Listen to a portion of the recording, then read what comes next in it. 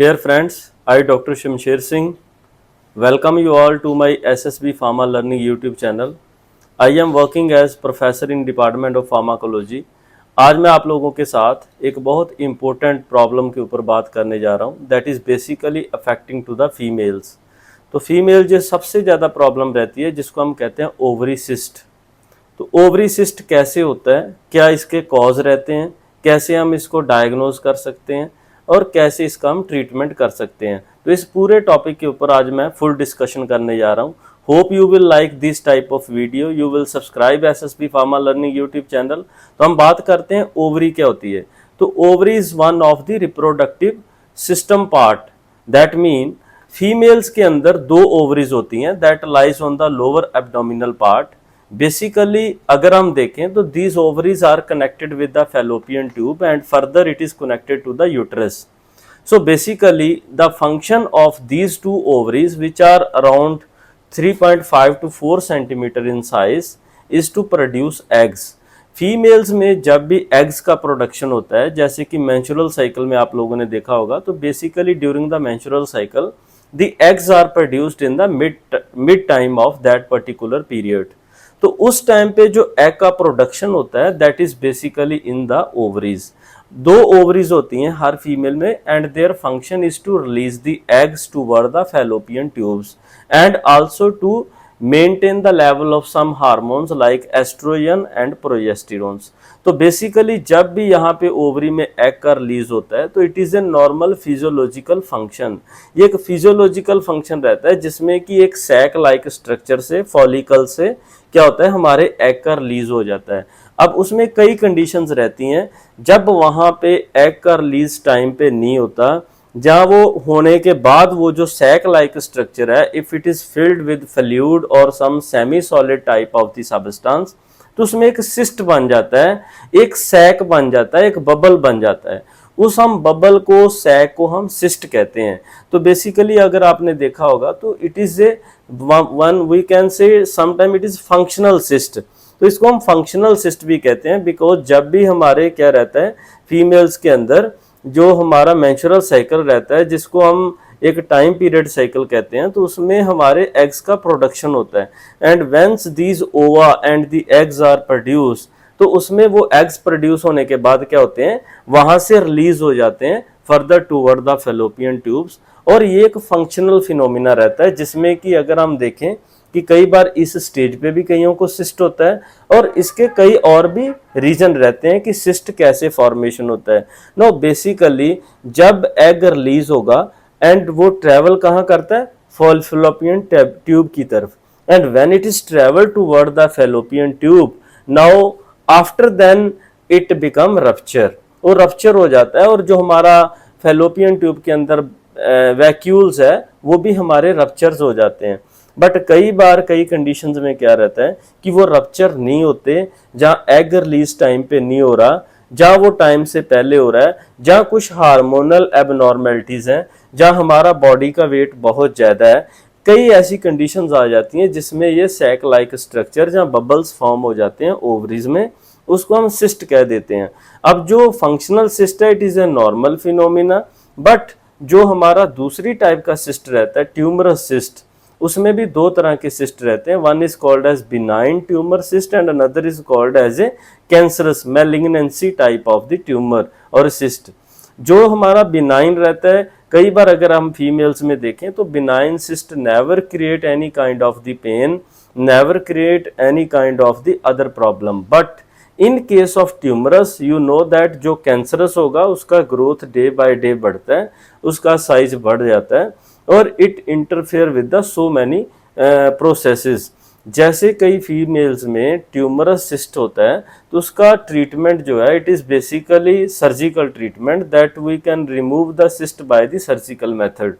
अब उसमें क्या रहता है, it depends upon the condition whether the surgery can be performed और नॉट। बट उस केस में वो जो फीमेल्स होती हैं उनमें ओवा प्रोडक्शन ज़्यादा हो सकता है, मेंस्ट्रुअल साइकिल टाइम से पहले आ सकता है, जहाँ वो इररेगुलर हो सकता है, जहाँ जब वो साइकिल आ रहा है तो उस टाइम पे ब्लीडिंग जो है वो बढ़ सकती है। तो कई बार ऐसे होता है कि नॉर्मल सिस्ट के केस में जो हमारे बबल्स या सिस्ट बन जाते हैं जब ओवरी में इनका नंबर बढ़ जाता है, उन फीमेल्स को भी जो महामारी आती है, जो मेंस्ट्रुअल साइकिल आता है, वो कई बार टाइम से पहले आ जाता है, जहां वो अल्टर्ड डेज पे आ जाता है। So basically this interfere with the particular problem. अब कई बार इसके क्या सिम्टम रहते हैं, if any female is suffering from the cyst like problem. जो सबसे बड़ा सिम्टम रहता है वो रहता है पेल्विक पेन, जो लोअर एब्डोमिनल पार्ट है वहां पे पेन रहता है। दूसरा क्या रहता है, फुलनेस ऑफ द स्टमक। ऐसे रहता है कि जैसे बहुत खाना खाया, जब थोड़ा सा खाया तो ऐसा फील हो रहा है कि मैंने बहुत खा लिया है, now the person is not willing to take the more food. ये दूसरा रहता है। तीसरा उस केस में रहता है कि pain sometime travel toward the back side. कुछ फीमेल्स में जो पेन रहती है वो बैक साइड की तरफ भी ट्रेवल कर जाती है। और उसके बाद क्या रहता है, when ever that female will perform the intercourse, जब भी वो सेक्सुअल इंटरकोर्स परफॉर्म करती है तो उस टाइम पे उसके पेन रहती है। और जो नेक्स्ट मेन सिम्टम रहता है, पेनफुल पीरियड्स। जो मेंस्ट्रुअल साइकिल आता है वो पेनफुल होता है, और मैंने पहले भी बता दिया कि वो अल्टर डे पे आ जाता है। ये बेसिकली जो सबसे मेजर प्रॉब्लम रहती है। उसके बाद कुछ ऐसी प्रॉब्लम रहती है कि जब वो मेंस्ट्रुअल साइकिल आएगा तो उस टाइम पे द ब्लीडिंग में बी मोर। तो these are the some of the symptoms which can be appeared if any female is suffering from the cyst like problem. उसके बाद जो पर्टिकुलर कंडीशन आ जाती है कि how we can diagnose. So basically if any female, अगर आप suffer करते हैं ऐसी प्रॉब्लम से, you must contact to the any nearby gynaecologist. वो कई बार आपके फिजिकल सिम्टम बेस पे भी एनालाइज करते हैं, but the actual diagnosis is on the basis of some ultrasound technique, some sonography can be there, some laparoscopy can be there, जिसमें कि हम कैमरा डाल के उसको देख लेते हैं कि how many cysts are there, which type of cysts are there, क्योंकि there are basically 3 type of cyst। एक को तो हम फंक्शनल कहते हैं, जिसको हम ये भी कह देते हैं कि it is a follicular type of cyst, जो कि एक नॉर्मल प्रोसेस में रहता है। दूसरा रहता है cancerous type of cyst, tumour cyst रहता है, जिसमें वो बिनाइन भी हो सकता है और कैंसरस भी हो सकता है। और जो थर्ड टाइप का जो मेजर रहता है, उसमें जो बेसिकली रहता है कि उसको कहते हैं चॉकलेट टाइप। तो बेसिकली उस सिस्ट में क्या रहता है, जो हमारा इंटरनल सिस्ट है, इफ वी सी स्ट्रक्चरली, तो उसमें फ्लूइड फिल्ड रहता है, साथ में ब्लड रहता है और साथ में फाइब्रस मटेरियल रहता है। तो उसका जो स्ट्रक्चरल रहता है that is basically look like a dark brown in colour. तो उसको हम चॉकलेट टाइप ऑफ सिस्ट भी कहते हैं, चॉकलेट सिस्ट भी कहते हैं। तो there are basically so many other kind of cyst can be there depending upon the cause and factor.